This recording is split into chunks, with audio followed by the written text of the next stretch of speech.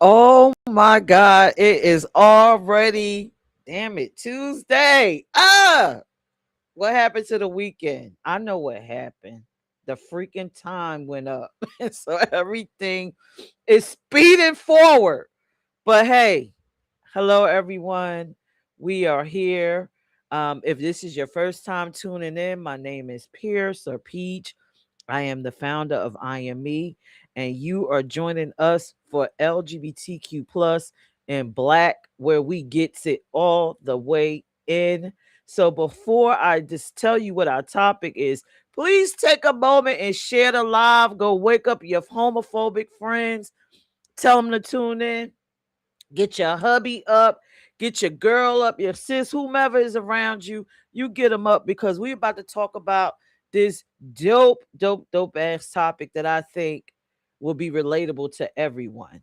Um, Unlike the Valentine's Day edition, I heard that, we came so hard that people were kind of thrown off, but this one is more relatable and you will enjoy this. Um, so we are streaming it on multiple platforms, including mine. So if you are watching from my personal Peach ENT page, brace yourself.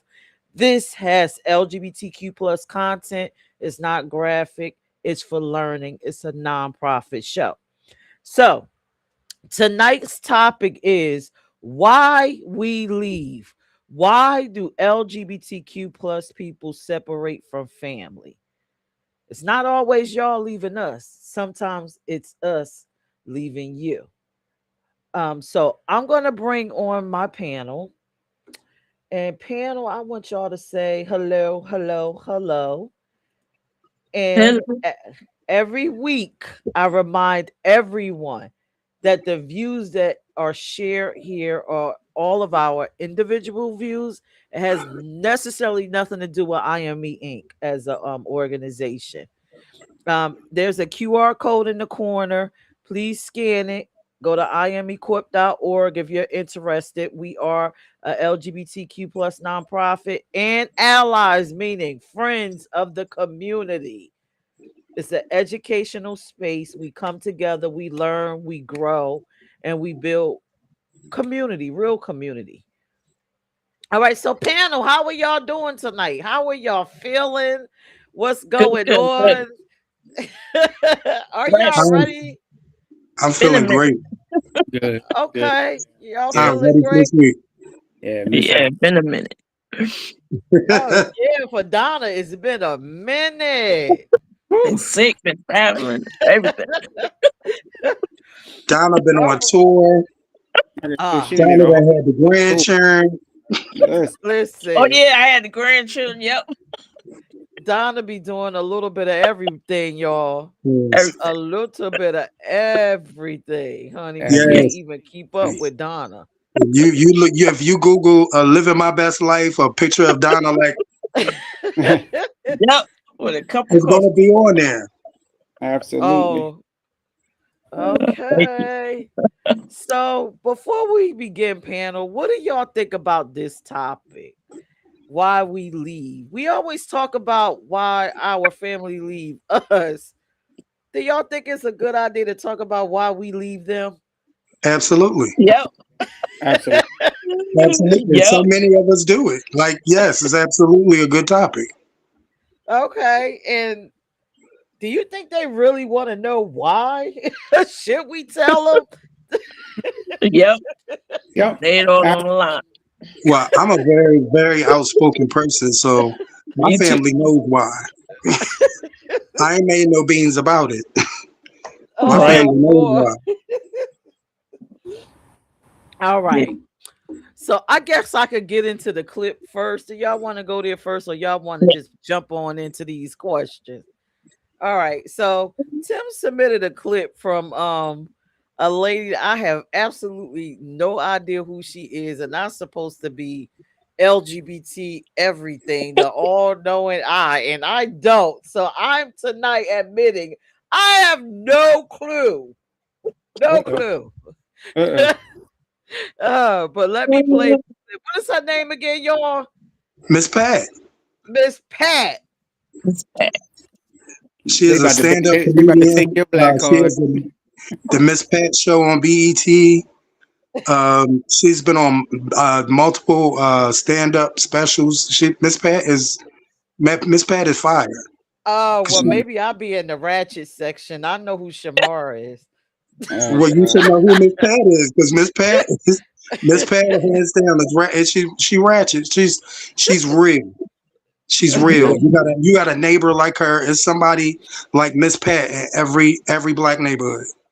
Absolutely. Okay, so I'm gonna play this clip, and like I said, for those of y'all that is tuning in on my Peach ENT pages, head on over to I Am Me Inc. 234 on YouTube if you're interested in watching the rest of this show, because I will cut that channel off. All right, so let me play this video, and then we're gonna get into the question and answer segment portion of it. Okay. So let's show Miss Pat.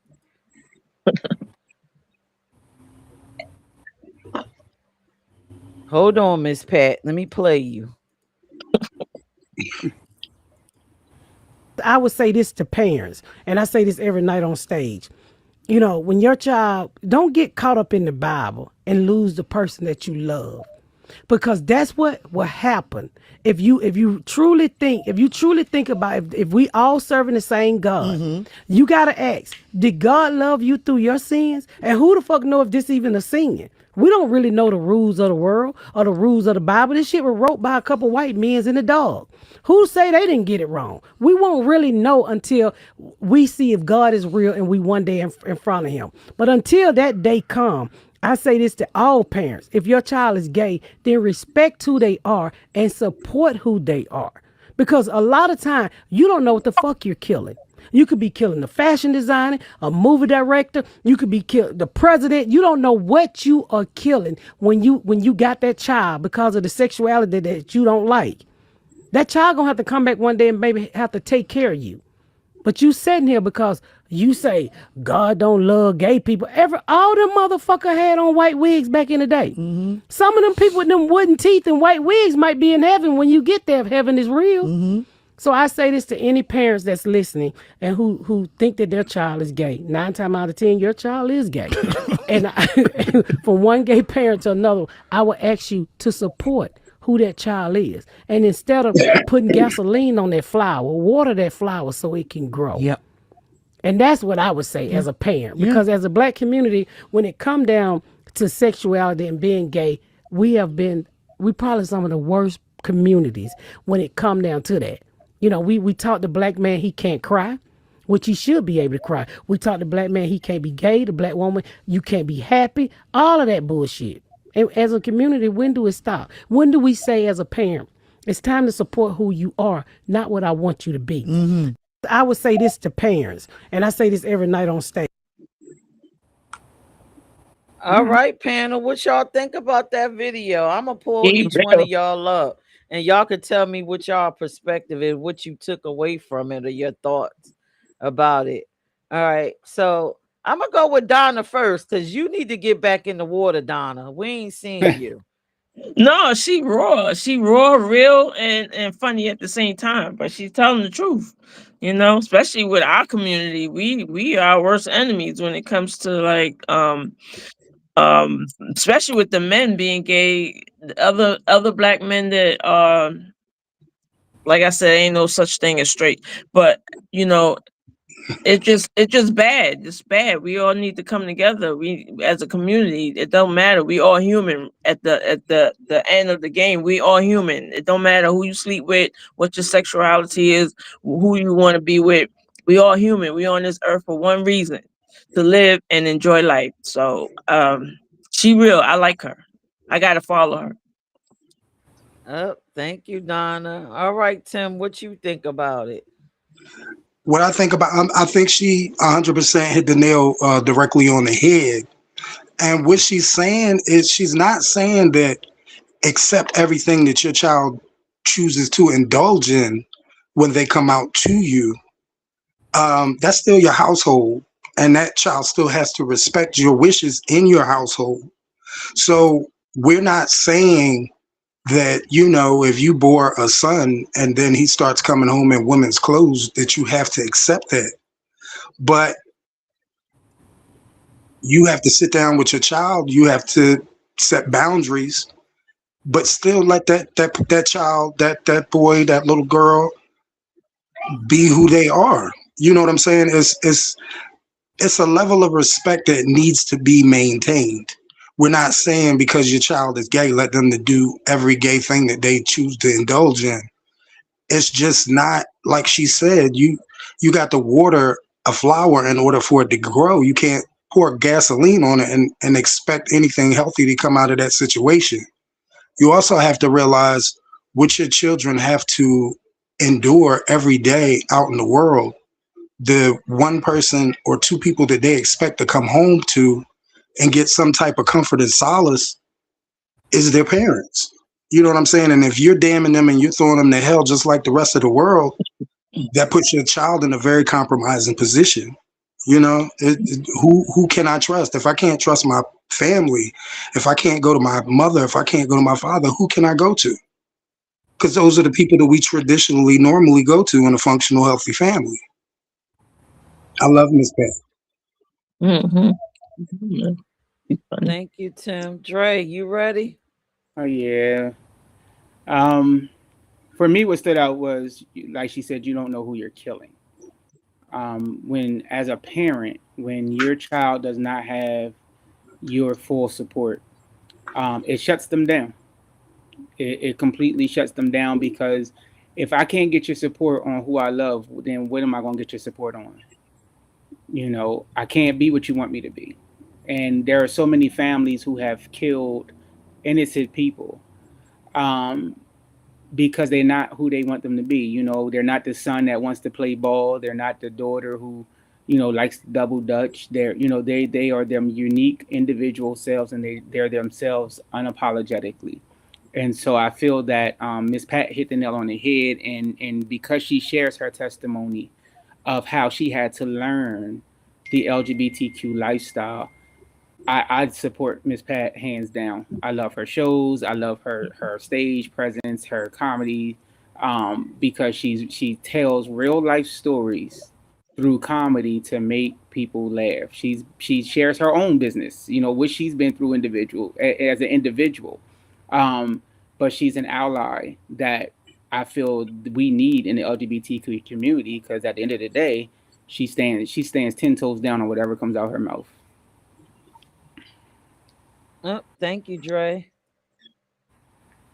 If you are watching, feel free to drop your questions in the comment section, and we are willing to answer. And at the end of the show, I will put the link in the chat if you're brave enough to come up here with us fabulous people, diverse people. But you got to come correct, because we're gonna chew you up. But I love the clip. So now I'm gonna have to become a Miss Pat fan. But I agree with everything everyone said. The only thing that I did not like, and it's not necessarily against her, it's just, the world in general. People cry. Everyone cry. To cry as a man is not a gay thing. To overly laugh as a man is not a gay thing. To be a masculine center woman is not a gay thing. You can be a straight tomboy. So I think we need to let go some of these gender roles, right? So that's the only thing. Stop assigning emotions to people's sexuality. I just don't like it. I don't like that portion. But yeah, but overall, I will be trying to find Miss Pat. Y'all done swayed me over to kind of check out Miss Pat. I get out the ratchet section looking at Shamar. Because I can't wait to see what he gonna say. I ran, but either way. Because we are the United States of America. And if you don't know, y'all, you know. Yeah, we not scared. And listen, and if you are heterosexual watching this, Shamar is not the entire LGBTQ plus experience. Please don't judge based off of that man. Please Oh, don't. mm-mm. All right, so let's get into these questions. And if you gotta cry, cry, because again, emotions here. This is a safe space, and in the audience, if you gotta cry, cry. So the first question is it selfish or dangerous for LGBTQ people to separate from family that doesn't accept them? Is it selfish or dangerous to just walk away? Now, at this moment, I'm gonna shut down some of these channels, get over to I Am Me Inc. 234 if you want to continue to watch. But yeah, is it selfish to walk away? I'm gonna go with Donna first. Is it selfish or dangerous to walk away? It could be both. I mean, in my situation, as far as like with I never knew my father, so I didn't have no father growing up. It was just my mom. She raised me and my brother. Um, but to be selfish and walk away because people don't respect who you are. Um, your your parents might not they won't deal with how you come out or come out to them. So sometimes you just have to like step aside and just say, hey, I gotta do what I gotta do best for me. So I don't think it's selfish or dangerous. I just think it's something that you have to do. I mean, why would you not live your life and come out and be you to satisfy other people? I just feel that I don't think it's dangerous. I mean, I don't think I think it's dangerous because some families do throw you out in the street and you got to fend for yourself. A lot of people are homeless, so that part might be dangerous because if you're on the street and you don't have no way to fend for yourself and you're a teenager and you don't have nobody to turn to. Most teenagers, they turn to prostitution, drugs, just then they look for gangs. There's just a lot of things that they do to not be in that situation with their parents. But selfish, you got to do what you got to do as a you have to do what you have to do to be yourself. You can't like just let other people rule your life and you do what they want you to do because they can't accept you. So I just think it could be both. To me, it could be both. Thank you, Donna. Hmm. Tim, you up next. Well, me personally, I don't think it's selfish. Um, After a while, you get tired of getting hit over the head with a bat, regardless what you do. Um, and you actually have to step out on your own to get away from that oppression. Dangerous, yes, I think it's very dangerous because with us already carrying the trauma that comes from the lack of acceptance from the people that we feel the most attachments to, the people that we feel that should support us. A lot of times when young LGBTQ people go out into the world, we don't realize that there are so many different forms of predators out here that are waiting for us. There are a lot of predators out here that are waiting on your kids when you toss them out in the street. And the direction that your kids go after that really depends on what groups of people that they attach themselves to when they get out there on their own. And there are people who are waiting on young kids who have been destroyed by their families. And it's so easy to push them into drugs. It's so easy to push them into prostitution, Hmm. forms of bondage. You don't realize what is out here waiting on your kids when you toss them out your door. I was thrown out in the street at 13. So my grandmother was my savior. She kept me until I was old enough to get out into the world and fend for myself. But a lot of young kids don't have that one person that's willing to support them and shield them until they're strong enough to stand on their own. So you have young kids put in adult situations. They have to make adult situations. They have to figure out how they're going to live. They're going to have to figure out how they're going to eat. And shiny things look really good to young kids. You know, when they see that money and they see those cars and they see those clothes, they Mhm. automatically gravitate, you know, and they gravitate into things that turn them into different people than they were raised to be, you know. And addictions are something that are really prevalent uh, for young kids that venture out into the lifestyle by themselves. They get turned on to the party scene, and you know, they start them off with marijuana, and then there's cocaine, and then after cocaine, there's so many different avenues that they can go. And you know, when your child comes back to you, you're looking stupid, like you didn't raise them like that, but you don't realize what you sent them out in the world into when you threw them out your door. So Yeah. dangerous, yes, very dangerous. Yeah. Thank you, Tim. All And don't right, forget Dre. suicide also. That's another thing, Yeah. dangerous. Yeah. Some people aren't strong; they can't take it, and yeah, suicide is a major thing. And since the pandemic, like suicide numbers have like tripled. Sick. Wow. All right, Dre, you up. You still have something to say, Tim? No, Okay, that was Dre. that was my answer.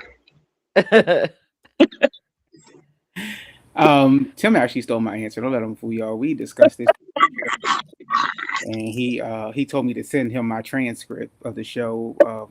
Would answer his question. Now, um, Shame on but you, yeah, Tim. I mean, it's not wrong for a child to leave, but depending on the age and the maturity level of the child, dangerous for sure. Like Tim said, everybody doesn't have a shoulder to lean on if they leave home.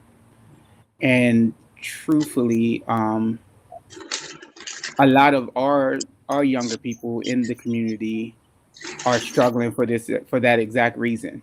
I don't get accepted at home. I'm disrespected consistently, and now I'm out here. And unfortunately, we don't have the gay houses like we used to, where you had the gay mom and the gay dad that actually did honor you and love you. Nowadays, their whole thing is let me, I'm going to have you be a part of what I do. And unfortunately, many of our young people are exposed to things way too early in age that their maturity level can't handle. And now I have an addiction, because I allowed myself to be exposed. And it's not even just in the gay community, even in the straight community. These young people that are leaving home, they hang with the older people, and then they become a part of what the older people do. And that's why we have so many young drug addicts and so many young alcoholics in the streets today. It ain't because they smoke weed; it's because they didn't did everything else with the weed. Yeah. It ain't because they just have a drink; it's because I don't know how to put the bottle down. And so they now become older, and they lose out on life, because at the end of the day, they can never succeed living a life where I have to be dependent on a chemical just to survive. This chemical erases how I feel. I don't want to accept how I feel. I can't look in the mirror at myself. I can't honor who I am. I can't honor the good traits about me, because all I cannot survive without chemical dependency. Whether Mhm. it be weed, whether it be alcohol, whether it be fentanyl, whether it be pills, e-pills, these things are running ragged, especially in our community, because all our people know is party, party, party, because it stops them from having to place that mirror in front of themselves and say, yo, I Mhm. need to get my shit together because I've been doing this for too long. Yeah. Wow. Thank you, Dre. Yep. All right. So we still are on these multiple channels, and I will shut it off as it get juicy. So please head over to I Am Me Inc. 234 on YouTube if you want to continue in this discussion. But I am going to answer this question and then click off channels and then go to the next one. So for me, I do not believe that is selfish. I think everybody needs to self-preserve at some point. It becomes dangerous for anyone, any age group, if you don't have resources. Y'all know my thing. You got to have a bag. You got to be able to finance your lifestyle.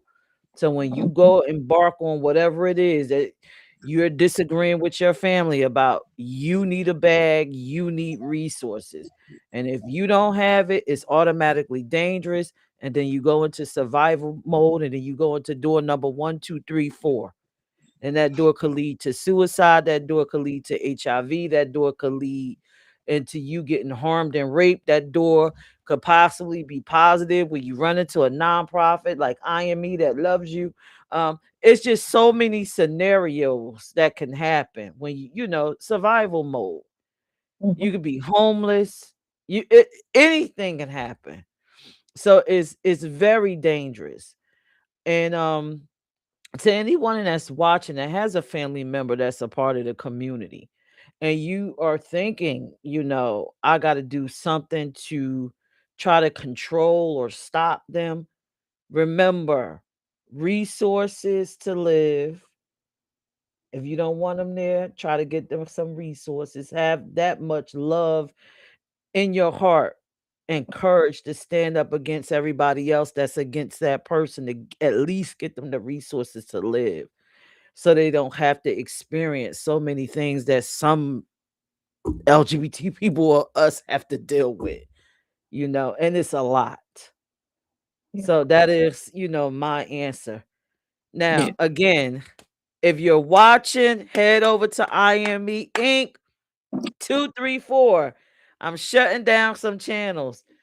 So my next question: have you ever had to walk away from family, no matter what it looks like, chosen family, immediate family, your children, to be who you are? Have you ever had, think about that? Because that question right there is a loaded one, I know.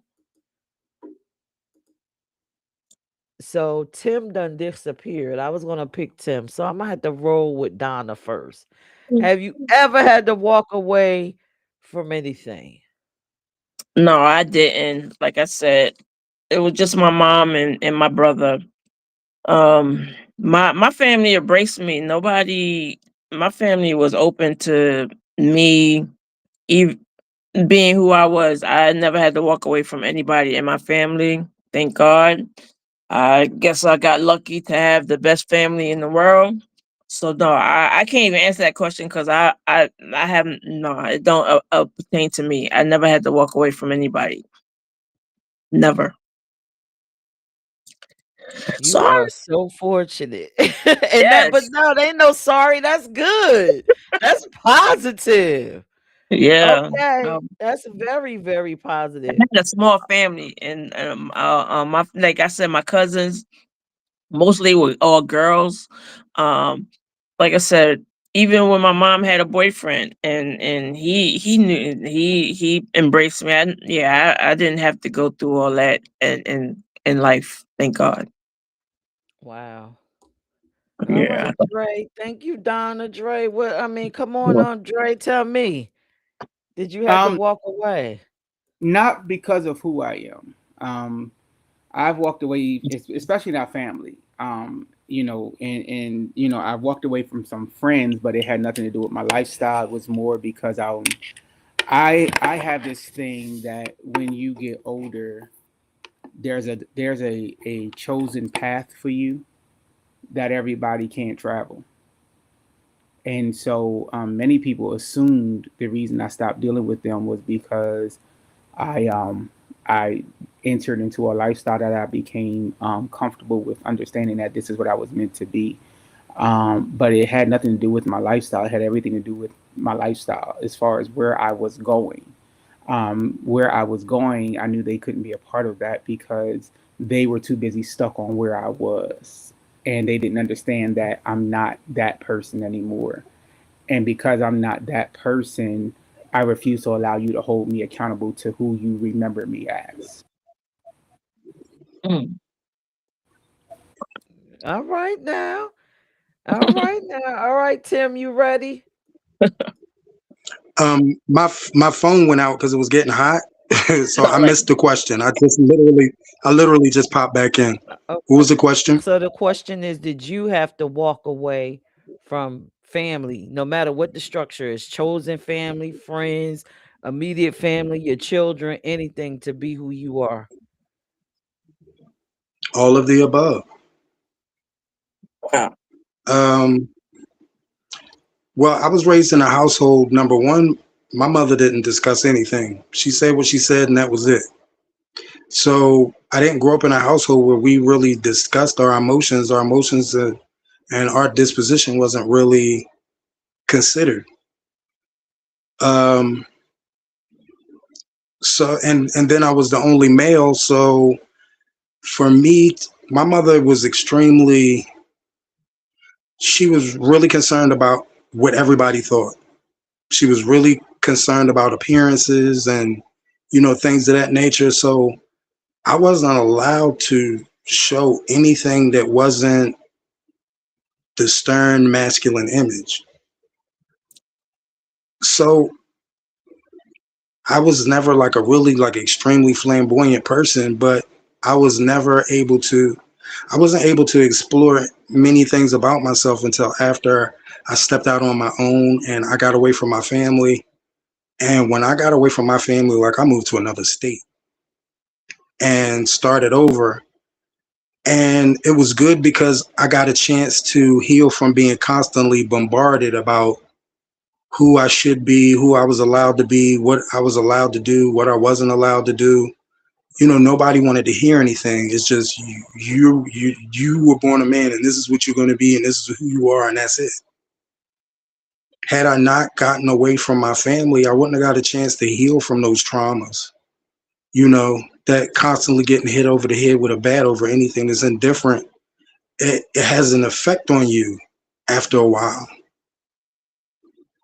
So yeah, it was very necessary for me to get away from and then a lot of my friends, when you lose your family and you lose your friend, a large portion of your friends, when you lose all of that all at one time, it's really traumatic. It's something that a lot of people who haven't experienced somebody who haven't experienced it is something that you couldn't fathom unless you were in that situation with that type of heartbreak and dealing with those type of pressures. So I think I would have been a much different person if I never got away and got a chance to deal with the things that happened to me and heal from them and develop a life that was comfortable for me without the constant judgment, without the constant slurs and slanders, without the exclusion, without not wanting to be included, never being supported. So yeah, I think it's extremely relevant for your mental and for your mental, most importantly, to be able to get into a space where you can heal and grow. Because a lot of times in those family situations, you're demonized. Everything is wrong with you, and there are people around you doing much worse. But gay is the worst. Gay is the worst thing in black families. You can have a brother that's an addict, you can have a sister that's a prostitute. All of us bad, but gay that's just that one thing that just it, we not accepting that. So yeah, I think it's very necessary. That's my answer. Yeah. Thank you, Tim. Wow.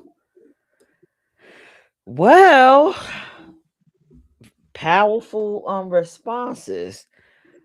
So for me to answer this question, yes, I walked away from a whole entire marriage to be who I wanted to be. And like Tim said, when you decide to leave, it's like you're ripping your whole life in shreds. Everything that you depended on, everybody that you thought loved you, you just see a whole different side. You see people go off to the left and act like they don't know you. They go off to the right and then sometimes they come back around, but you done, like Tim said, you done healed yourself and got used to that, but you don't have the capacity to deal with those people anymore. But I left a whole marriage. And the funny part about all of this is, in my mind, because we were married so long and we had been together so long, I thought that he would accept me and our relationship dynamic would change. But it didn't. We couldn't even be friends. We couldn't even be associates because of it. And the uglier part about all of this is I still have attraction to men. I'm pansexual. So it's not like I just jumped out of it and said, I'm just this flaming lesbian, you know. But he couldn't rationalize me being with a lesbian. And he couldn't rationalize that I could even be with him because he didn't want to rationalize my sexuality, period. So, yes, I had to walk away. And at the moment, I had 3 children. Thank God, our children, these children born in the 90s, they are nothing like we are. They already there. Like they already get it. They already understand fluidity and and your orientation and your life experiences. So that wasn't the hard part. It was just the separation of the ex-husband, the in-laws, like no one, they just treated me like a pariah, like she has some foreign disease that's just gonna kill all of us. Mm. And so, but I am healed. I think at that moment that I left, I felt much better. I felt like I had more space to breathe and become. Yeah. And so because of that, I'm here today. I have a nonprofit helping other people to become, and I'm talking to y'all. So I've fully evolved and I'm helping other people to evolve. So I'm happy about that. So that is my answer to that question. Wow. All right. So if you are watching and you have questions, please feel free to drop it in the chat. Don't be scared. And if you don't want to drop it in the chat, I will drop the link a little later for you to come up and ask your questions. Now, please, mind you, have these questions, write it out to yourself, read it to see if it sounds offensive, because I would hate for you to get read for filth on a live stream. All right. All right. Exactly. I mean, listen, I'm just warning people. Mhm. Yeah. Can't say we didn't. So I guess the next question would be probably for I already answered it. So I'll just ask Tim, how's your mental health at this moment in time, since we are the ones that had the losses? We walked away for, our happiness. How's your mental health? It's extremely healthy now because my life is on my terms. I'm no longer seeking any type of acceptance or acknowledgement from my family. I realized at 50, going on 51, that this is just it. My family chose to miss out on pretty much my entire life Mm. because they couldn't accept, how I am and who I am. And the sad part about it is I was thrown to the wolves at a young age. I was molested. You know, it wasn't like some people say that they feel like they were born this way. I feel like if men and women weren't preying on me from 5 to 10 years old, that maybe my preferences would be different. I think when you introduce things into a child's mind and into a child's presence, long before that they're even geared to even be thinking about sex. I think it causes a disruption, and the pedophiles were protected and I was demonized. And that happens so frequently in Black families. They just don't want anybody to know. So you're taking a child that was a victim and then torturing them their entire life for things that you didn't protect them from. And that's normal. That's normal. And in all cultures, but Black culture especially, they will hide the predator and demonize the child. And that's sick and that's sad. That's my answer. Thank you, Tim. Donna and Dre, did y'all want to add on to that? I actually want to jump right here to the question that just came from a viewer. I have a teenager who mother and father have kicked him out because he came out. He's 17. What is the best advice or resources to give him? The best thing I can say is for him to get around people who love him. While I know that DFS and even sometimes social services will place you in a temporary environment, find you some people who love you for who you are and love you for who they know you can become. But also find you some people who are going to hold you accountable. Don't find your crew that's going to keep you tied up in a bunch of foolishness, because people will play on the fact that they know that while you're depressed, they can easily manipulate you. I deal with it every day, of dealing with a person who was manipulated because people understood their low self-esteem. So don't allow people to manipulate you, but find you somebody who's going to hold you accountable and love the hell out of you just for being you unapologetically. You don't have to apologize for who you are. And as you continue to grow, I don't know if you're out of school or not, but as you continue to grow, realize that what you accomplish, you are accomplishing for you and you alone. And go after every dream head on. Ride this thing till the wheels fall off. Thank you, Dre. Anybody else? Tim? I would say to that 17-year-old, try to find organizations in your area. A lot of organizations, and I mean, Philly has a lot to offer. The major cities have a lot to offer. If you're in a smaller area, it's really, really hard to find organizations, but find something too, even if it's not one in your city. Find an organization that's close to you in your area and link with people in those organizations, because you have more of a chance of being pushed in a positive direction.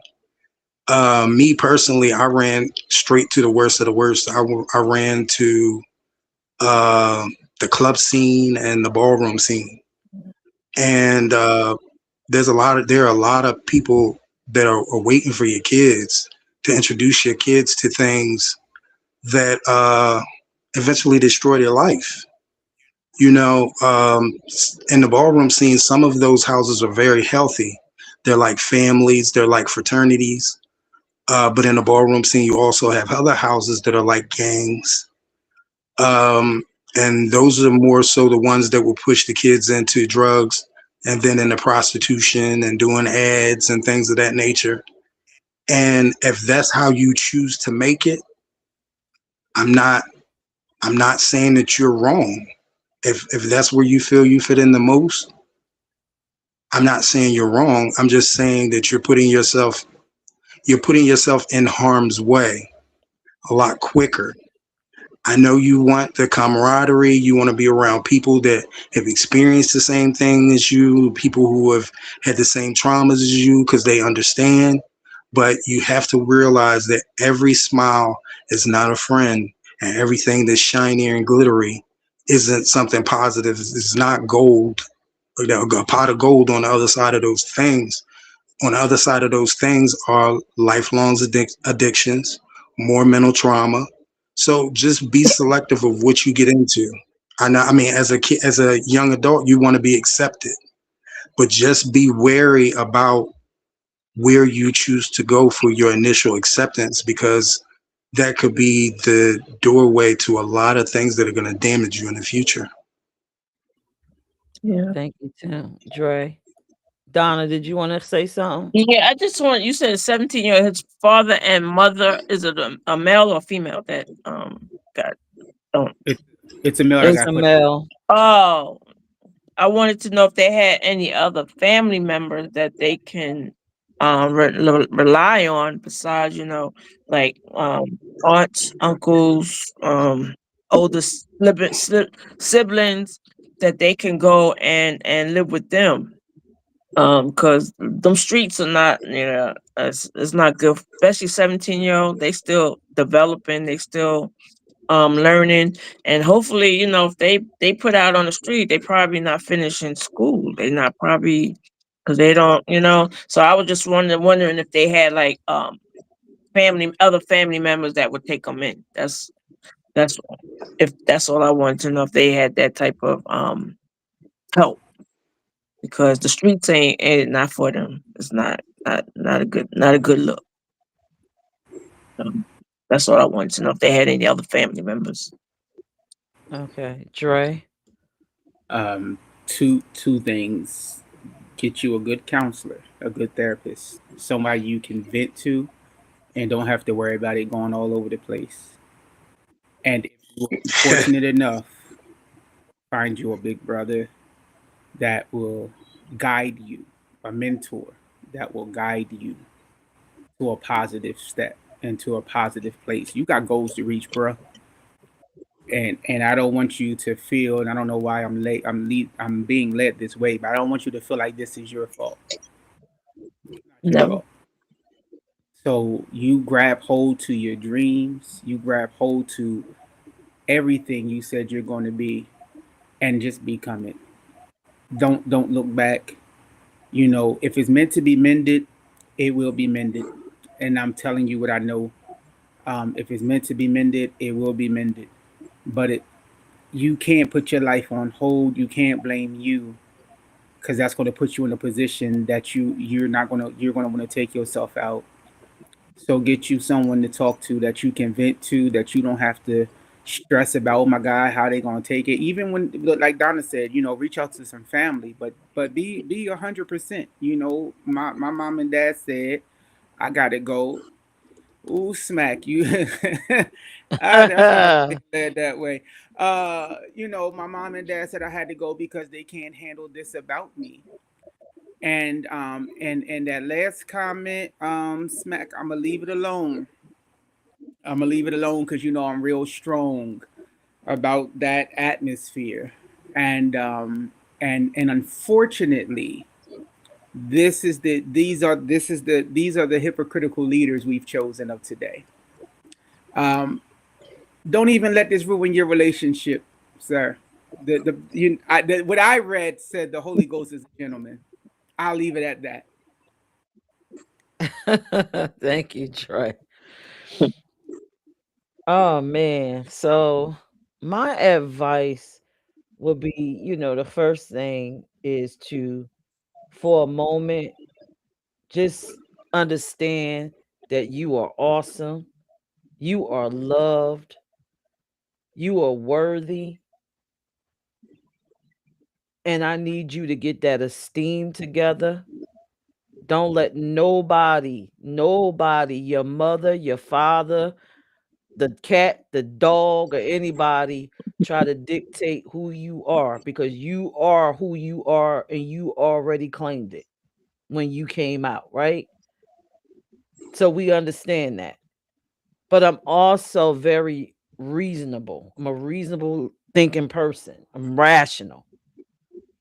You can be gay, you can be straight, you can be whatever it is you want to be, but you have to be together. You have to have your life together to be that, whatever it is you decide. So, my advice to you is, first, find shelter. Shelter will give you stability. Okay. get stability. Like Dre said, get some counseling, get a hold of some resources, get involved with some nonprofits or whatever. Find out what you exactly want to do in life, become that, do that, and be the best LGBTQ person that you can be. That is my advice to you. You can't do anything. I don't care what it is. I don't shit. It costs money to be heterosexual. What's that? So What it's is gonna cost heterosexual? money to be LGBTQ plus. So get your Uh, life, uh, get Peach, yourself a foundation. Peach, stop saying them cuss words on this show. Get you a foundation, and then the rest will fall into place. You know, just be a great human first that's able to take care of yourself, and then worry about your love life. That's my advice to you. Because once you have everything that you need and you're financially secure, and I'm going to cuss because I'm going to tell you this because that's the way I went. I could give a fuck what you say because you don't finance my life and you can't take shit from me. All you can do is be mad Correct. as I sit in my dollhouse. So get your life together. That's my answer to that one. Smack said he said thank you. He said they keep trying to make him go back home. Who is Hey, they? who? Is that the other family members? And 9 out of 10, it probably is. It may be even the ones who decided to tell them to get out. But find the resources.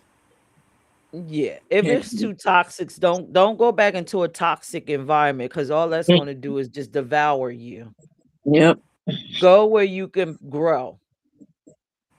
Again, you got to get stability, and then you can become whatever it is you're trying to become, profession wise, and then sexuality wise, and then it just all falls into place. Oh, DFS. That sound like them. Get you some other resources. Reach out to IME. Yeah, reach out. We got your back. We're here to talk. Oh, since we talking about this, I guess I can say this right now. Oh, I guess I could say this right I now. guess let it I out. am me.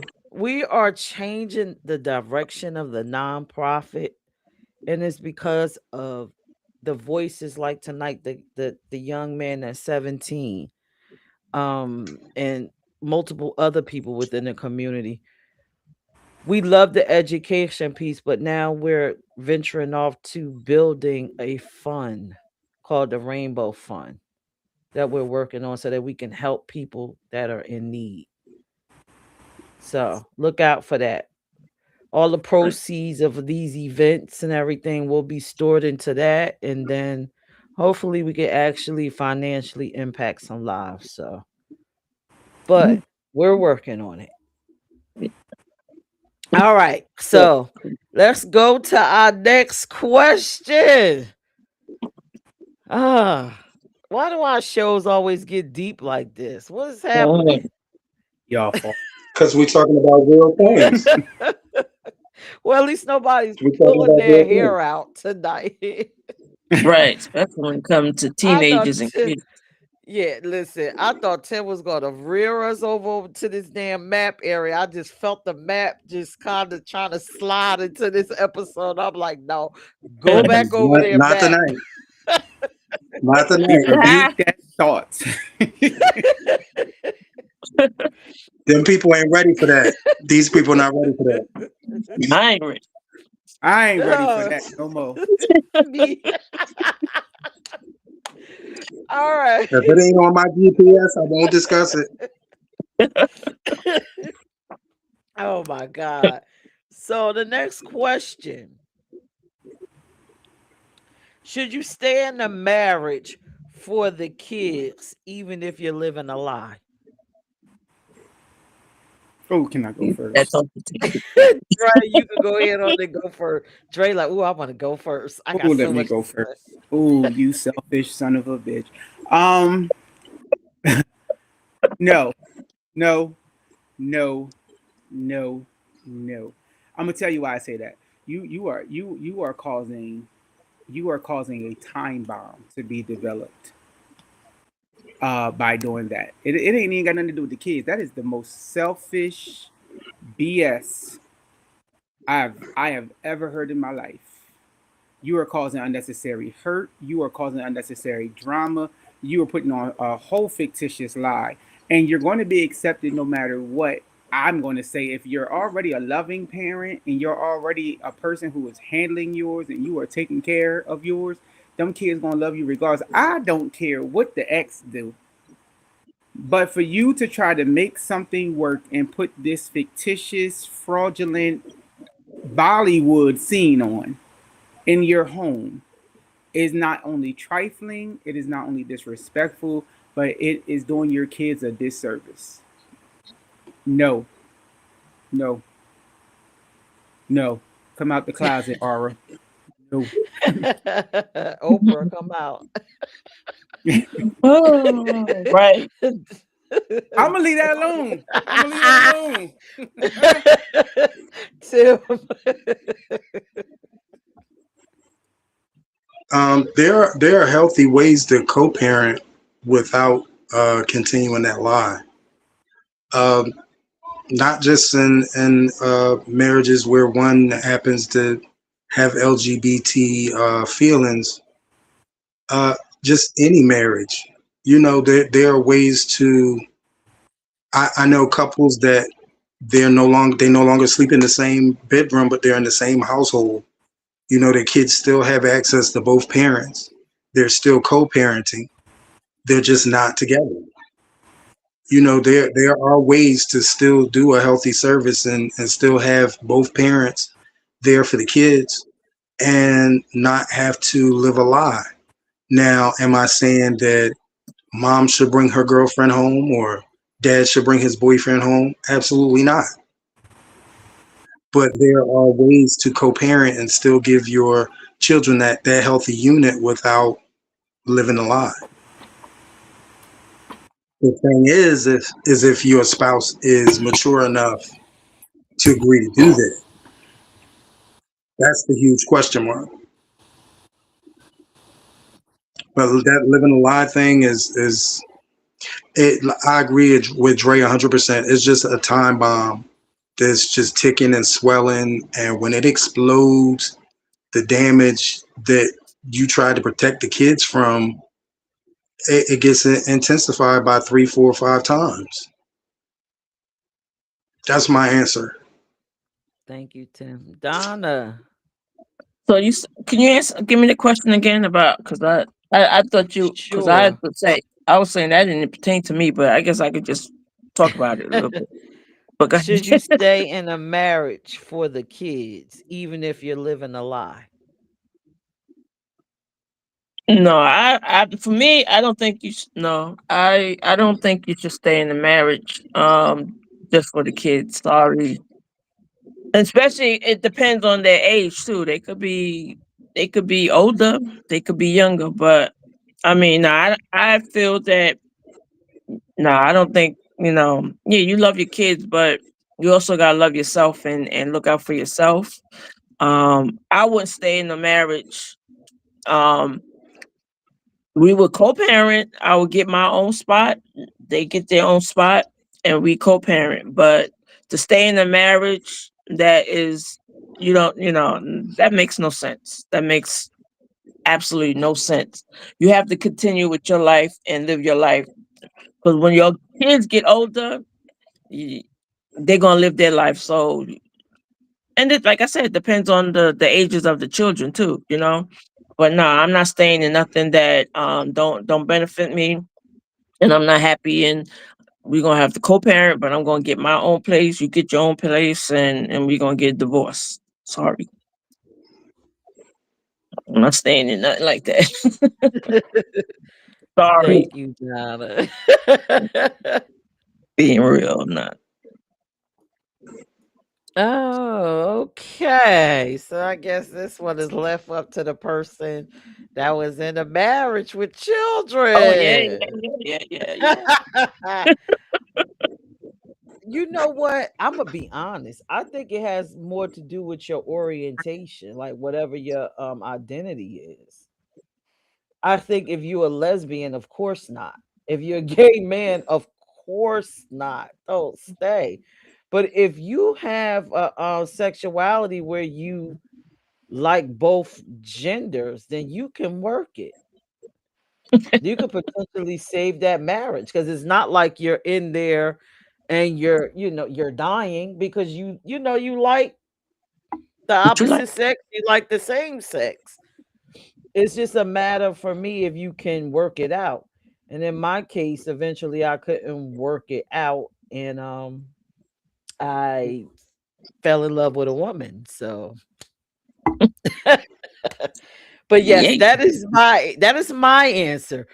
It depends. It depends on your orientation. You right. know, if you gay, of course, get the hell out of there. What's Mhm. the point? If you're a lesbian, get the hell out. If you're going to transition and your person is not going to be with it, get the hell out. But if you Exactly. pansexual, figure it out. Figure out how you feel emotionally. Bisexual, figure out how you feel emotionally. Tim, come on up. Um, I can feel this question being asked in homes of people who are viewing the show. Well, if you know that you're not heterosexual, why would you enter into a marriage? A lot of us are pressured into marriage because it's what is Mhm. uh, the social norm. Some people get into marriages thinking that they can maintain, and as they get it further into that marriage, they realize that they can't do without the other thing, or they are living a lie because their life is incomplete without the other thing. So, I'm the philosopher. I always think of things from more than one point of view. I can just imagine myself as a viewer watching this show and people saying, well, if you know that you have these other attractions, why would you even get into a marriage? So that's just touching on how some people who have multiple attractions end up in marriages. It's pressure to maintain the social norms. Thank you, Tim. I'ma just add on to that because that was an excellent and then the other Donna and Dre, if y'all want to chime in. But listen, if you ask if I have multiple attractions, in which I do, why did I get into a marriage? Because I love that person. Just because you have multiple attractions don't mean you love everybody all at the same damn time.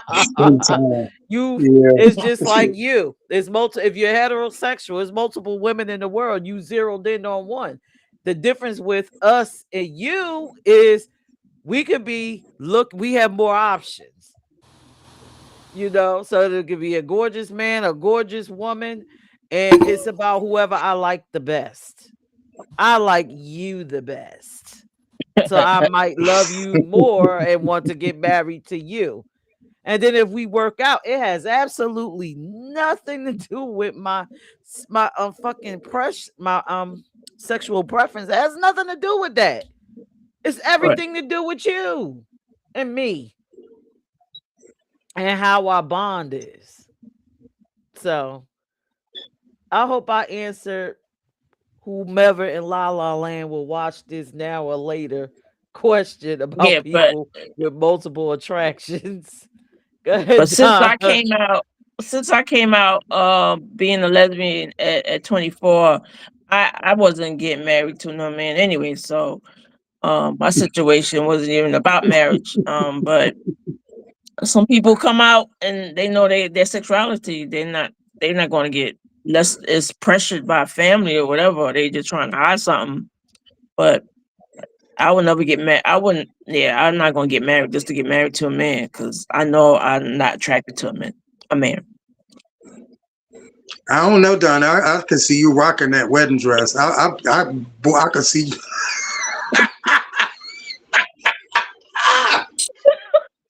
I'm sorry. It better be the color purple too.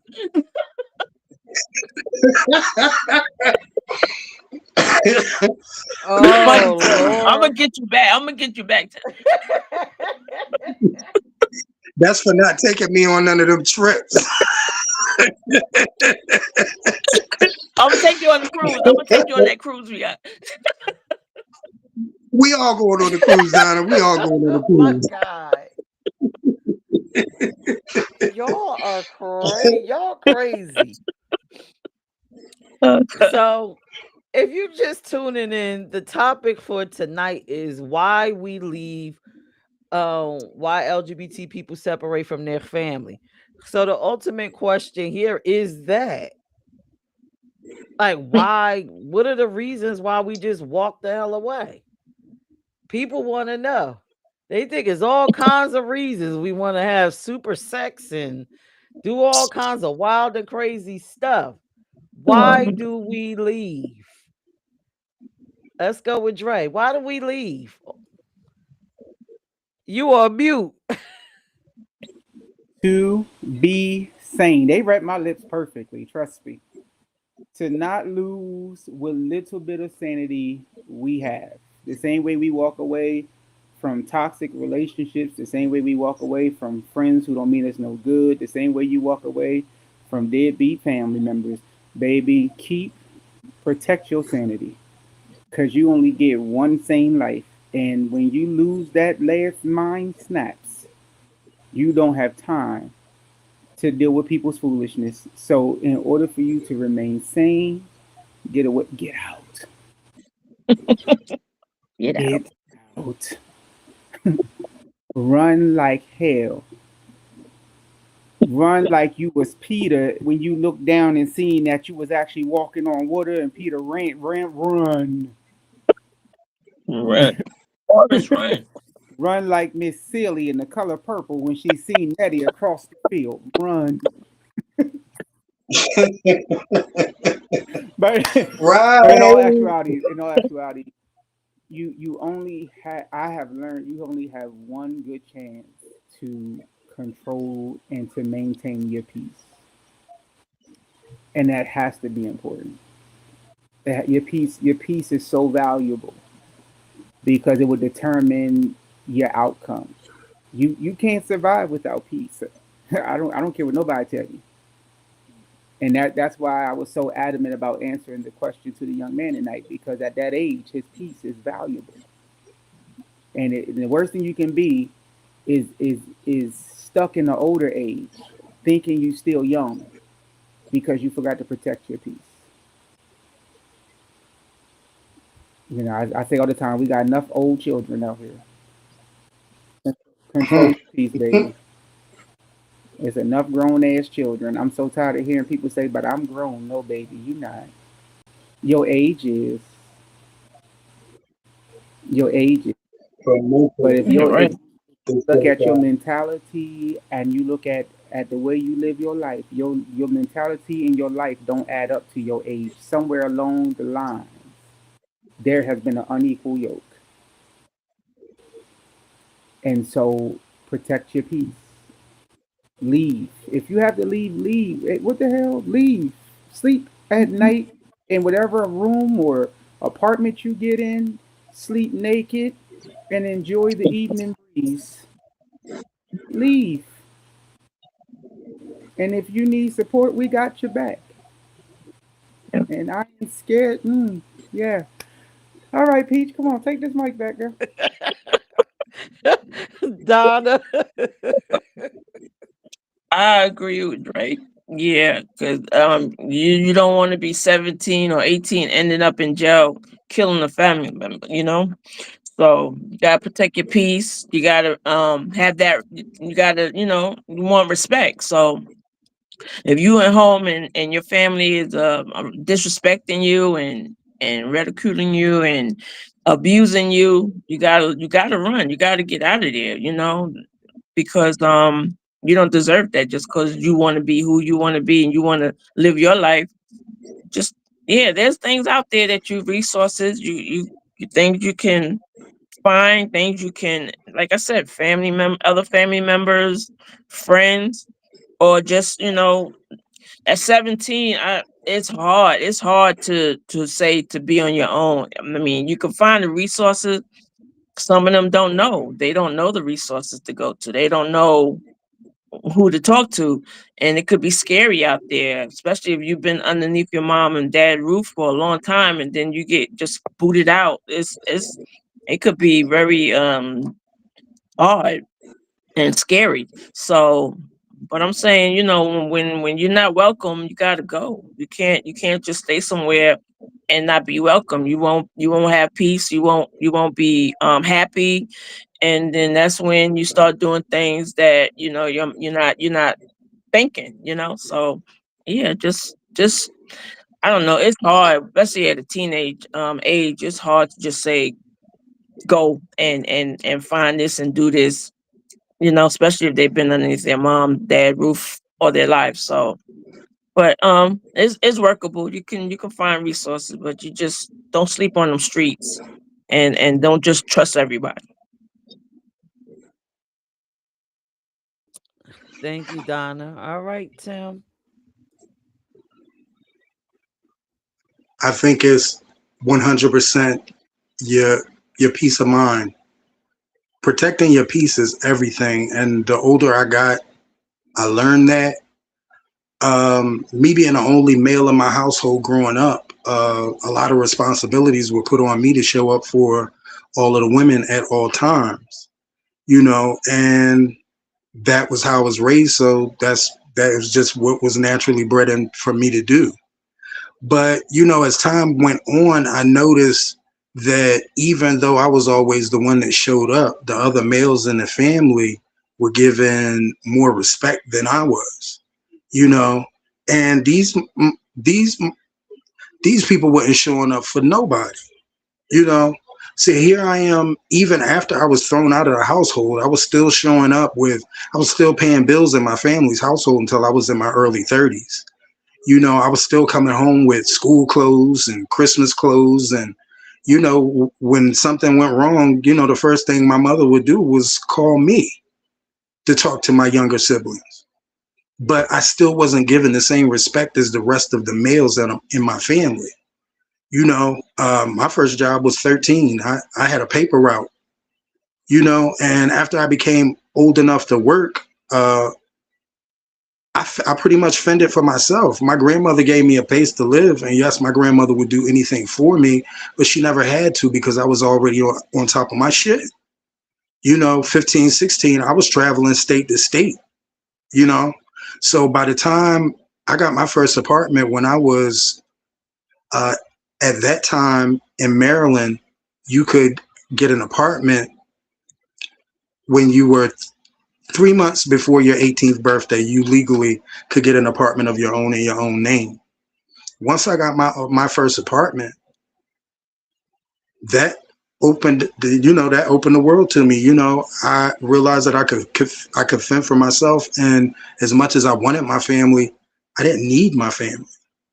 So the next thing for me to do was to move to another state. And then I moved to another state. And it seemed like the further I got away from my family, the better my life was, the more peaceful my life was. And my life became my own for the first time in my life, because I spent most of my teen years fending for my family, So I think getting out the right way, thank God that I had somebody in my life that held me up while I was preparing to get out there on my own. But had it not been for my grandmother, I just would have been ass out at 13. And a 13-year-old in the streets trying to figure out life is not a good thing. I got into a lot of bad things. I was just the smarter of my crew that never got caught doing the things that I was doing. So by the time I was 17, 18, I'd stepped away from all the illegal stuff. And, I was ready to move on and fend for myself. But so many young people don't get those opportunities to prepare. It's just like 1 minute you're in a semi-safe environment with food and shelter, and then the next minute you're out on the street trying to figure out how you're going to live. It's adults out here that still haven't figured out how to take care of themselves and how to live. Can you imagine how terrifying that is for a 13, 14, 15, 16-year-old child to be tossed out in the streets when everything had been provided for them prior to that, just because of how they are? How our families treat us as gay people is so similar to how Caucasians treat us for being black. And our families discriminate against us the same way that racists and the Ku Klux Klan discriminates against black-skinned people. And they don't see any error in that. They don't see any flaw in that. And those of us who grew up in small areas, because I grew up in Salisbury, Maryland, and that is a racist little hole. Wow. That is a racist little hole. And to have to deal with your family, the rejection from being gay, then living in a racist environment where everything is set up to hold you back. And in smaller areas, the racism isn't as disguised as well as it is in larger cities. Right. So yeah, it's absolutely peace of mind to get out on your own and to get away from that abuse and to get away from that trauma. And the sad part about it is our families don't feel like they're abusing us, and our families don't feel like they're traumatizing us when they really are. Most of the damage that happens to us happens at home before we even get out into the streets. So yeah, it's definitely for peace of mind. Yeah, and also the mother and fathers, they'll go to church and praise God while their child is on the street fending for themselves. Picture that. When you decide to lay down and open your legs or thrust your manhood, when you bear a child, that is a lifelong commitment. It's not just until you get tired. Exactly. It's your job to find a way. Just like I said previously, accepting your child does not mean letting your child come into your household and do any and everything. That's not what accepting your child and supporting your child is. Not throwing your child to the woods, not abusing your child mentally more than anybody else in this world. That's what that means. Some of y'all destroy your kids before your kids even know who they are. Mm-hmm. And it just makes them right for the picking when you throw them out in this world. When you throw them out in the door, you are throwing them to the wolves. And then you are so upset about how they come back home. Yeah, the Hunger Games. And it's something wrong with them. No, it's something wrong with you for doing that to your child. It's something wrong with you for giving up on your child. It's something wrong with you for torturing your child. Mm-hmm. Because you can't disrespect gay out of a person. You can't. That's my answer. Yeah. Ooh. That was a lot. Yes. Just to add on to what you said, Tim, that was absolutely awesome. But I think parents get it confused. It's your job to mold us into great human beings. It's not your job to dictate who we are. Exactly. You got to know the difference. As long as we're great, we're doing the right thing, and we're still able to wake up in our own skin and look in the mirror and say, this is me, this is who I am, and I'm proud of me, then you did an awesome job. Everything else is everything else, man. I don't get it. But to answer the question why we leave, I agree with everybody up here. Um, Peace of mind, mental health, but I would like to add to that exploration. We got to get away from you and your rigid thoughts about what couples should look like. Social norms, a man and a woman and a man. for us to just get out, explore, and see exactly who we are and what we like. Like, and I wonder, some of these parents that's single for breaking up and be single for 15 years, 16 years. I wonder, do they even know who they are and what they actually enjoy? So I think that's the beauty of being LGBTQ plus. You actually take on the world and you go out and you say, you know what? I know that I'm different. I just don't know what it is. And I'm just gonna get out here and try. And I think, that's awesome. That's an awesome thing. So yeah, I like to add exploration. We try different things until we get to the perfect little label that sums us up. Tim did it last season, and I just love that for us because again, heterosexual people, y'all are not that brave. What's that? y'all are y'all are not I, that brave. what's heterosexual? What's that? You may not even be heterosexual, but Yeah, you what just is that? opted in. You just opted into the What is, program because it's just what is easier. heterosexual? No, Yeah. we're the rebels. We just decide, you know what? Let's get out here What and is see. all right. Oh, all right. So I have two more questions, and then we are done. So this one is a little touchy. Suicide is the permanent leave. Mm, Let's help our viewers understand mm, why we may get to that point. Now we done left you mentally, and now we ready to exit out physically. We just ready to be done with it all. How do we get to that point? Maybe we can reach some people today. And you don't have to disclose if you ever thought about doing that. Who would like to go first? Donna? That's tou- that's touchy. I mean, like you said, suicide is one of the easiest fix than to deal with life. Even if it's even just normal, regular people um that aren't in the community. It's an easy way out than to deal with life and what's going on around them. And sometimes it's suicide is heavy, and it's like they don't have nobody to turn to. That's the majority of the time when people do commit suicide, when they at their ends with, and they don't really have nobody to turn to, nobody to talk to, nobody to understand them, and they just want to leave this earth because it'll be better than being here and to be gone and don't have to deal with all the pressure, the drama, the hurt, the pain. So it's an easy fix and it's an easy way out.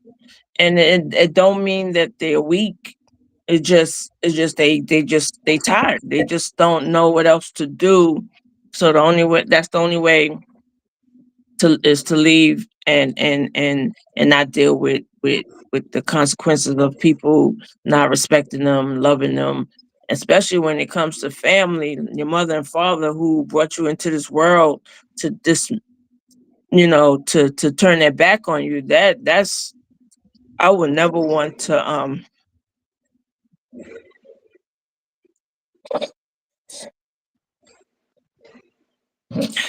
I would never want to have to deal with that. I never had to, but I know there's people out there that have to, and I know to be the hardest thing. Well, that's it. Thank you, Donna. Anybody else want to take this one on?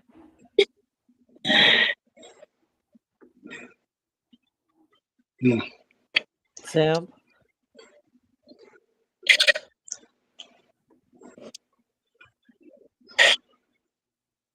Or did Donna just say it for us? No, I have something to add. Someone who, over the last 3 decades, has seen so many people leave here by suicide. I think it's something that really bombards our lifestyle because there are those that leave their family's household, and when they step into the lifestyle, they expect all of these, they expect all of this acceptance, and it doesn't always work out that way.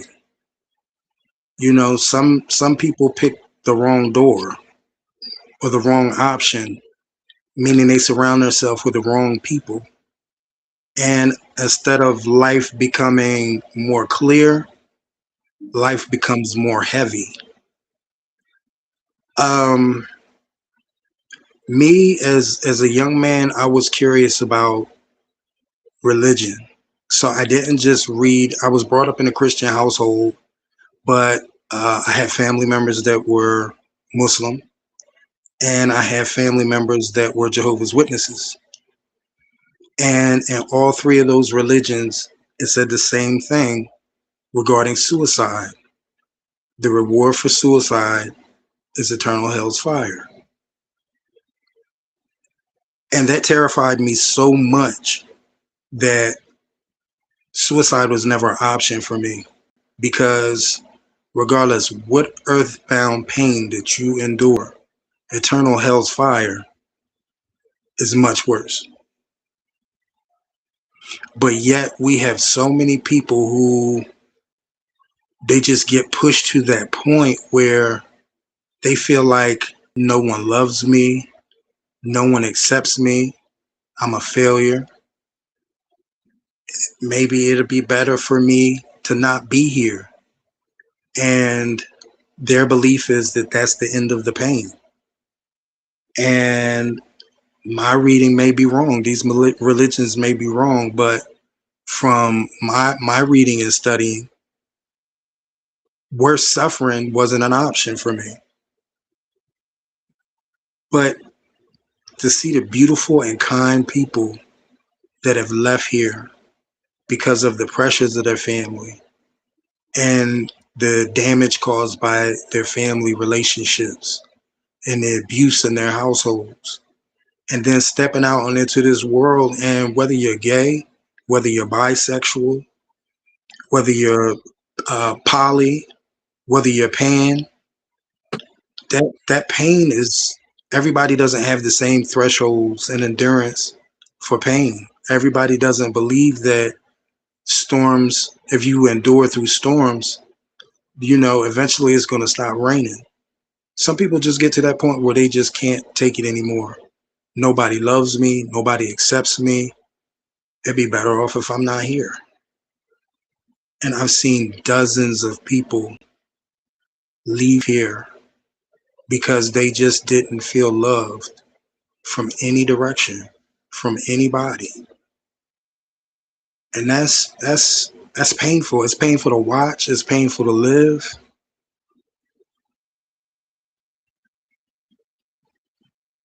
It wasn't an option for me because of my beliefs, but there are so many people that have left here believing that the pain will be over. And that's sad. That's painful. Just to think about some of the types of people that are left here. And when you see so many pieces of shit still walking around, and these beautiful people are gone because no one will give them the benefit, no one will give them the shadow of the doubt. No one was brave enough to step out of the family and say, if nobody's going to love you, I'm going to love you. That's my answer. Thank you, Tim. You ready, Andre? I am. Um, I'm gonna play devil's advocate. Some people make life difficult to love them, and so for that, those people, this ain't for you. But for the ones, because if I heard the question correctly, Peach said, "What do you say to the person who is contemplating suicide?" Tim taught something right there. If you commit suicide, your pain will not end, but you will commit. I don't care what belief you have. I don't care if you're Buddhist, Muslim, Hinduism, atheist, Wiccan, Christian. If you commit suicide, you commit your soul to eternal pain, eternal conflict. That's what damnation is. But there's hope in the midst of your pain. Paul said, I'm cast down, but not destroyed. David said, weeping may endure for a night, but joy comes in the morning. Yeah. Paul said, I reckon that the suffering of this present time can't be compared to the glory which shall be revealed. There is word and there is hope. The joy, the hymn writer picked it up. The joy that I have, the world didn't give it to me, and the world can't take it away. There is more in you. Why? Because the word says you're more than a conqueror. So you were built, you were created to go through hell. You were created to endure pain. You were created how? Because in the Bible, it says in the book of Genesis that man who was born of a woman shall surely die, but his days shall be filled with misery. Why? Because we were sinful from nature in the beginning, but there's hope to your story. There is hope to your pain. There is, and for some folk, let me be honest with you, it starts with you making the decision to change your ways. Many of us that are going through hell go through hell because we want to be whatever it is in our mindset that we are, but it wasn't who we were chosen to be. And one thing for certain, the two is for sure. Please understand that the same God who was a jealous God in Genesis was the same God who was a jealous God in Revelation. Even in Surah, it says the same exact thing, is that you have experienced a creator who wants your life to be patterned in what he governed it to be. I didn't mean to go here tonight, Peach, but you asked me. So what do we say to these things? If God be for us, who can be against us? You got to find what it is in yourself that makes you get up every morning and say, I can make this. Stop perpetrating a fraud. Stop acting like everything is okay. If you know you need help, get the help that you need. Don't keep destroying your life. Don't keep saying, well, the hell with it. And whatever gonna happen, baby. If you want to keep playing with the devil, in hell, you will lift up your eyes. But when you are going through and you have no other way and no other idea of which way to turn, and when it feels like everybody has stabbed you in the back, and when it feels like you can't pick up the phone to call nobody, I challenge you, get down on your knees and talk to the friend who sticks closer than a brother. He will never fail you. He will never turn his back on you. He will never destroy you, and he will tell you which way to go. The problem is, if you're going to come to him, you need to be prepared to listen, because David said, if you're going to pray, don't worry, and if you're going to worry, don't pray. But if you're going to turn from your wicked ways, you got to be okay with understanding it has to be a new direction. It has to be a new flow. And sometimes that flow is cutting off what has held you back. Many of us are too in tune with being sucked dry. And it's time for us to understand that that season is over. I don't know who's watching tonight. I don't know who this is for, but I can promise you one thing, baby. When you are tired of crying your last tear, you will turn your life to God. You'll say, you know what? I don't even know who you are, but since you created me, you deal with this. You handle this, and then let it go. And watch what God does. How do I know? Because I've been there. How do I know? Because I still got the knife marks in my wrist. I still got the knife marks on my neck. I got a bad heart to this day from all the chemicals that I put in my body. But because he kept me, there's another reason for me to be here and still give him glory. You got to understand, my friend, who you are. You got to understand that there is nothing on this earth that can stop you from being who God has created you to be. Peter gave up on God when he turned his back on God and he denied God. But God said, and I still say to you, Peter, that upon this rock I should build my church. Why? Because you were the realest thing in the vineyard. You was the one that wasn't scared to defend me. You was the one that was never scared to say who I was. And I'm telling you, my friend, tonight, you are going to make it. You just got to give up from trying to do things by yourself. Mm. It's not about you anymore. It's never been about you. It's not even about the people who have hurt you. If they hurt you, let them go. If they're not taking you to where you're trying to go in life, let it go. If it's not doing nothing but causing harm to your body, give it up. But if you're going to keep messing around in hell, baby, don't get mad when the fire burns you. Woo. It's a new, we are too close to the return of our Savior. We are too close for people to continue to say, I'm tired of going through this without having a valid option. Yes, the church will fail you. Yes, your family will fail you. Yes, your friends will fail you. Yes, people that you thought always had your back will fail you. But let me ask you a question. When do you stop failing you?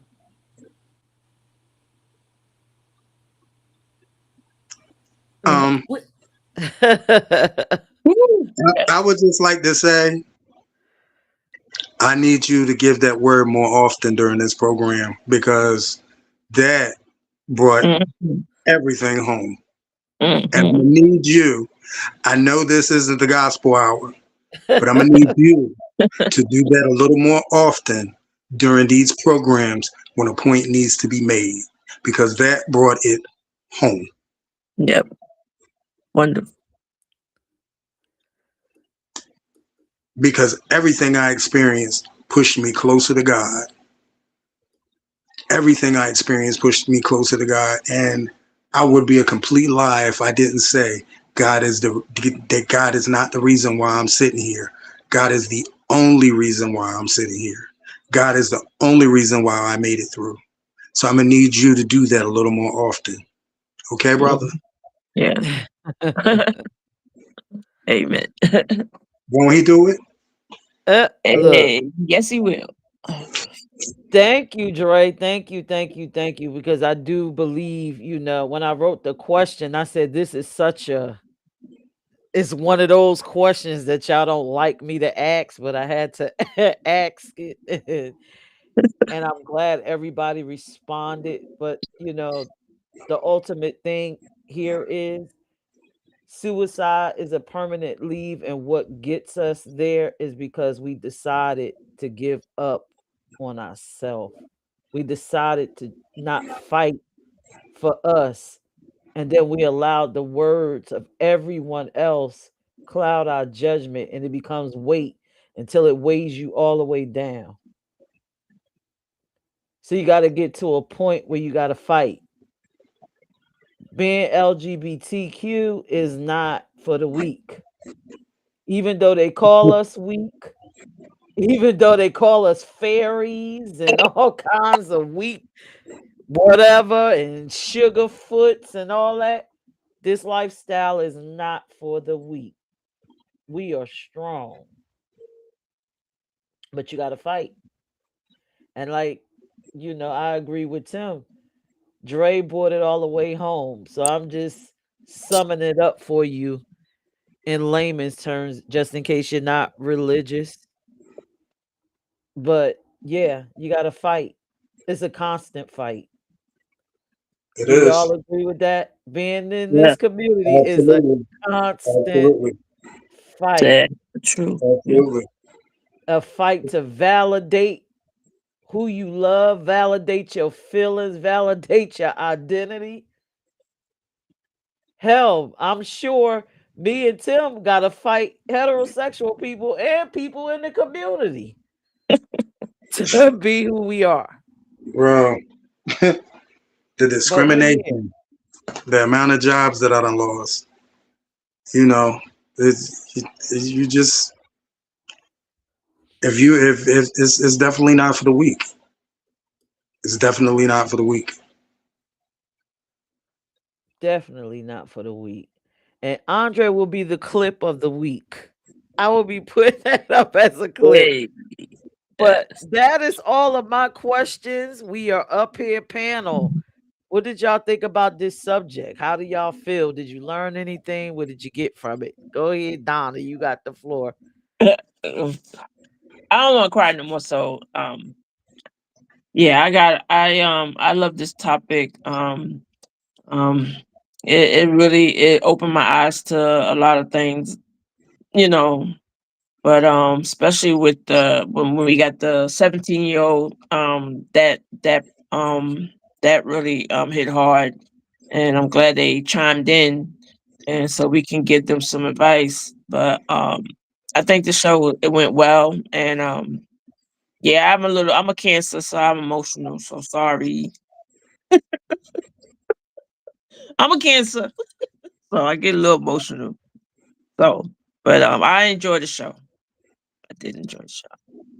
And then thank you, Dre. That helped me too. That up.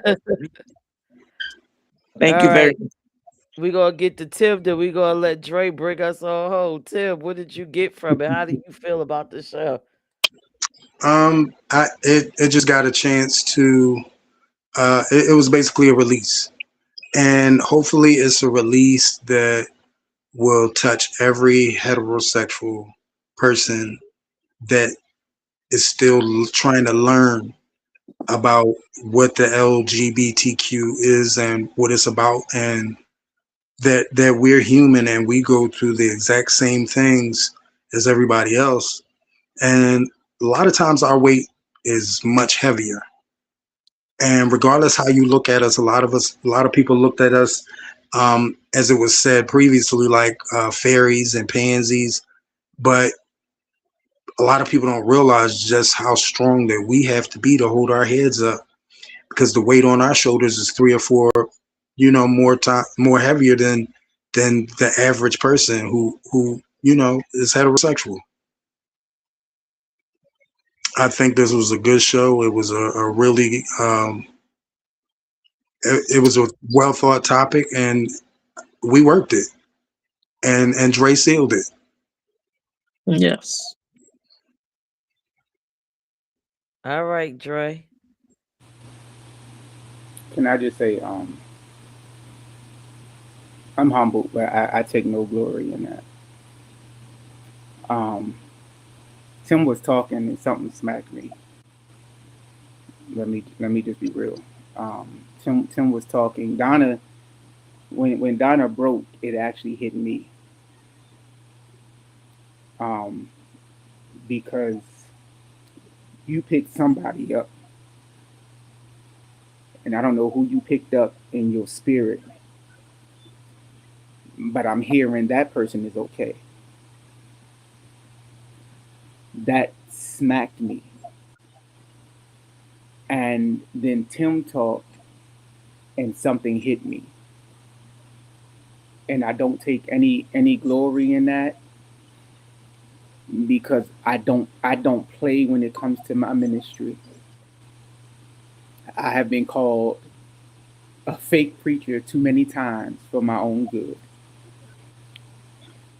but I've been down suicide's road, and I personally have knocked on hell's door, and I have died 3 times. So I don't take life for granted. The last time I died, the doctor told my mother to get my plans in order. And I told that doctor, the way I walked into this hospital, I'm walking out of this hospital. I don't take this life for glory, for any type of vain glory. It's not, I had to learn the hard way. It's no longer about me. But as long as I'm on this show, I'm on this show for somebody to understand there is a greater way. It's a greater way. And if you've never prayed before, just pray tonight. Just talk to him. It don't gotta look a certain way. You ain't gotta sound a certain way. You ain't gotta hook it all through your prayer. Just talk, just a simple talk will make it all right. But when it gets too heavy, remember, he promised us he would never put more on us than we can bear. Yeah, it's heavy. Yeah, it's weighing you down. But he's talking to you and he's asking you, what is it you need to give up for him not to give up on you? Not about me. But while I have your attention, we have the Canvas and Cocktails coming now in May. You can visit our IMEcorp.org website to get more information about that. And then in March of 27, we have the IME cruise coming via Virgin Cruise Line. It's an adult only cruise. It's 4 days. We're going to Bimini. We're going to Bahamas. We're going to Miami. We're going to have some. I believe we're going to Key West. We're going to have some fun, and we want you to be a part of that. So definitely, if you've never been to IMEcorp.org, this is the best, perfect time to go. And I promise we got more things coming that's going to blow your mind, like it's never blown your mind before. For those who counted us out, thank you, Right. thank you. For those who had so Exactly. much to say this year and last year, thank you, Right. thank you. We love you. We're so glad Yeah. you did it, because there is so much more in store. And for those who are watching that are just going through some things, I put my life on the line when I tell you the best is yet to come. Be still, hear clear, hold strong, and wait for your wings. Because he promised us that they that wait shall mount up and they shall soar. Peach. All right, y'all. This was a powerful show. Yes. And I think the message that I wanted to convey, we all conveyed it tonight. The show was designed to impact heterosexual people so they can gain a greater understanding of us. It's always about them walking away and thinking they're going to change us. But you're changing us in a way that can be very detrimental. So I flipped it so you could gain more understanding of us. And hopefully I'm praying that somebody hears this, hears Dre, hear Donna, see Donna with the emotions, hear Tim. And if you have a child or a loved one that you just can't accept, I hope tonight that you choose to change your perspective.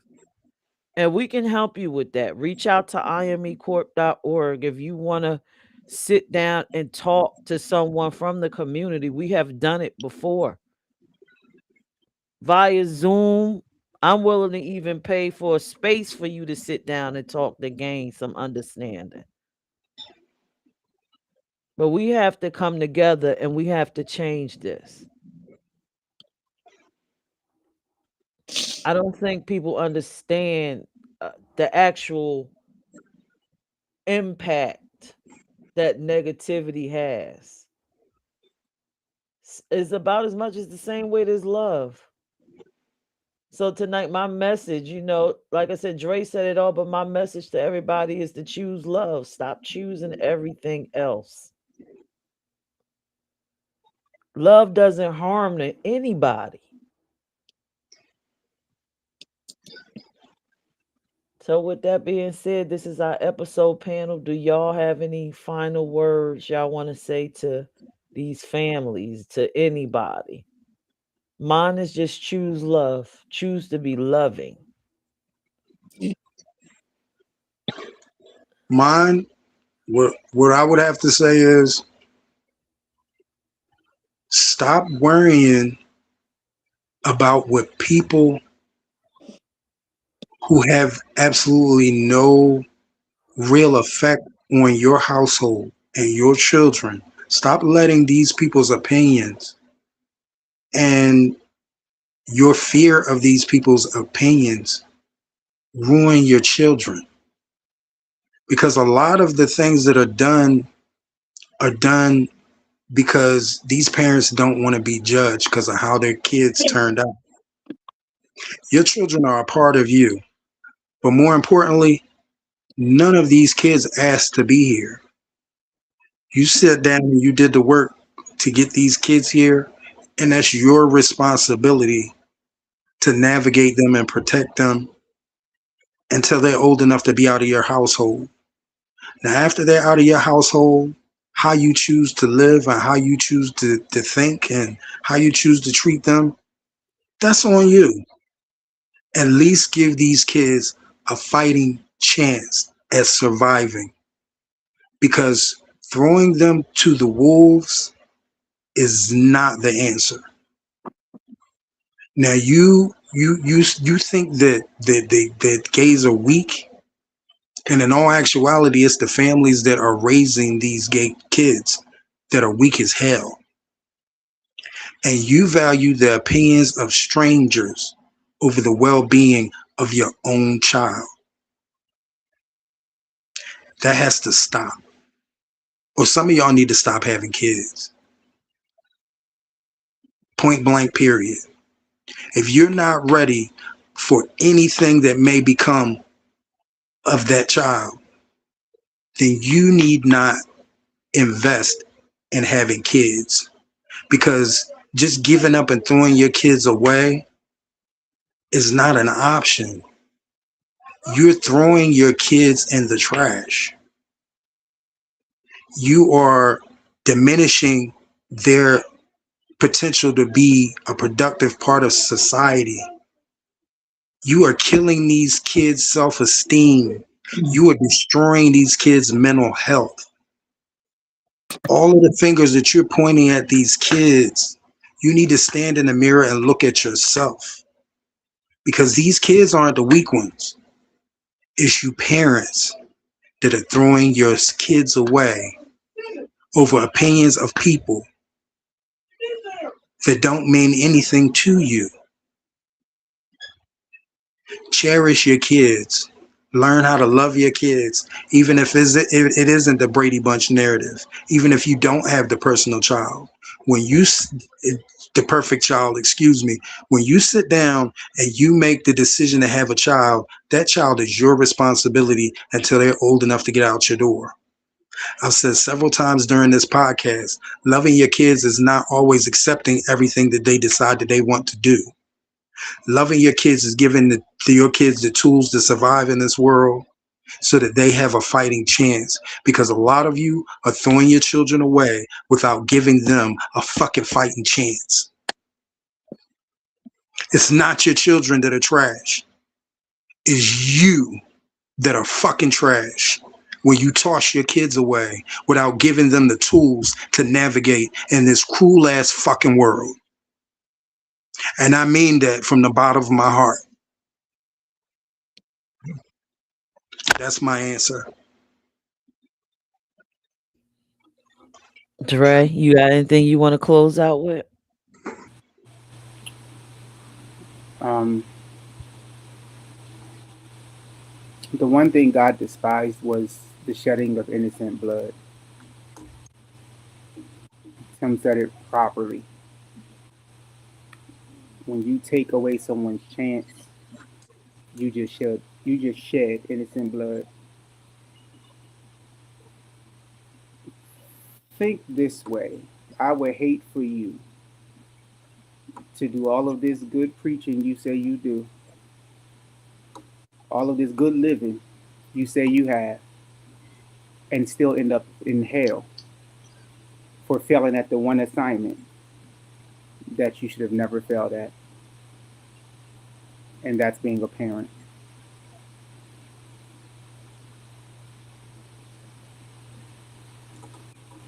All right. All right, y'all. So let's wave off to our viewers and let them know we'll see them next Tuesday at 8 p.m. if you decide to come back, because we said a lot tonight. And love your If you can't kids. stand the heat, And, get out the kitchen. and that myth of us all gay people, we are pedophiles. That's a myth. We're not. Oh Lord. We're not.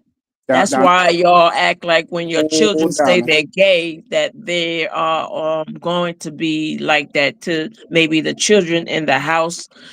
We're not. No, it's more them other ones that are more pedophile than we are. We are loving and caring. We don't want to harm children, and we don't want to. Nah, we're not like that.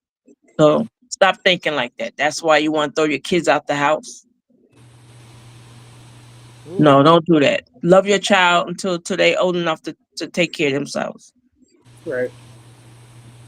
Woo! That's all I can say. Well, everybody, thank y'all for tuning in to In Black. Please visit imecorp.org.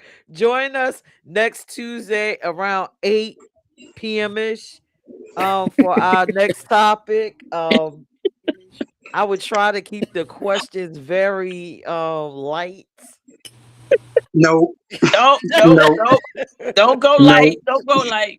no. This is what they tuning in for. This is what they need. A Yeah, couple of they need it teaspoons raw full of. and uncut. Oh, Lord. All right. Well, everybody have a good night. We love All right, y'all. See everybody. Good y'all night. next All right. Tuesday. Good night. All right. Good night.